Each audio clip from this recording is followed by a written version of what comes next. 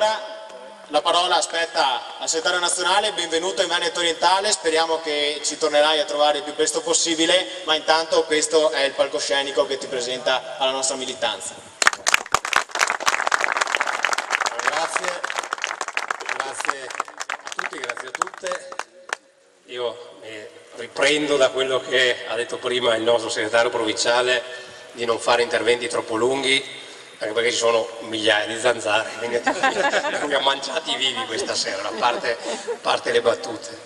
Mi fa piacere essere su questo palco con tanti colleghi sindaci, perché Gianluca e anche Francesca hanno anche altri ruoli, ma prima di tutto sono sindaci e si sentono sindaci, perché bisogna occuparsi dei problemi della gente. La politica dovrebbe far quello.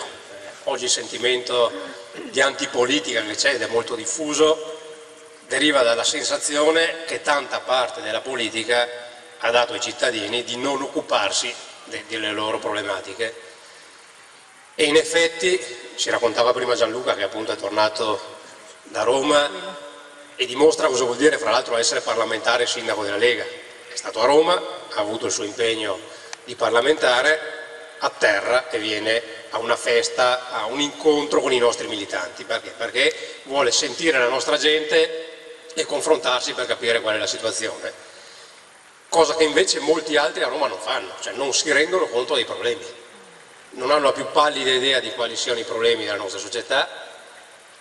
Le manovre fatte da questo governo, io ero uno di quelli che quando si è insediato il governo Monti, dopo un anno di agonia, perché l'ultimo anno del governo Berlusconi è stato di fatto un anno di agonia dove non si faceva più nulla, le commissioni erano bloccate, il Parlamento era bloccato, ci si occupava molto di più dei problemi personali di Berlusconi che non d'altro, e quello è stato l'errore principale che forse gli si può attribuire. Poi le vicende personali, uno personalmente fa quello che gli pare, la vita privata è la vita privata, ma se tu le questioni personali, le questioni private le porti in Parlamento, allora sbagli, perché quando hai una responsabilità pubblica devi pensare ai problemi della gente, i problemi tuoi li devi lasciare fuori.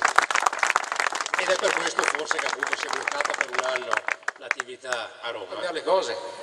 Perché è ridicolo sentire i sindaci del centro-sinistra o del PDL che si lamentano per l'IMU e l'hanno votata loro, oppure che vanno a criticare apertamente il governo e poi quando gli chiedono la fiducia gliela danno sempre. Allora siate coerenti, dite il governo Monti ci piace, fa delle cose meravigliose, ma ditelo, è il vostro governo, l'avete votato, sostenetelo, perché fanno finta che il governo Monti sia preso per aria, chi lo vota non si sa. E la cosa più probabile è che dopo le prossime elezioni ci sia la fotocopia di questo governo, perché siccome non vorranno prendersi la responsabilità di quello che ci sarà da fare dopo, come adesso, che la colpa è di tutti e quindi non è di nessuno, la cosa più probabile è che si mettano di nuovo tutti d'accordo, fare una campagna elettorale finta, con il candidato premio Berlusconi, quello è il massimo del cambiamento, della novità, a proposito di largo ai giovani. Insomma, ognuno ha il leader che si merita, noi abbiamo avuto il coraggio di cambiare, qualcuno, il padrone non lo cambia. Speriamo che la nostra gente, alle prossime elezioni, che saranno fondamentali proprio per la situazione in cui si trova il Paese e il nostro Veneto, riesca a capire che bisogna votare per difendere i propri interessi, bisogna votare per difendere le nostre famiglie, bisogna votare per difendere la nostra terra.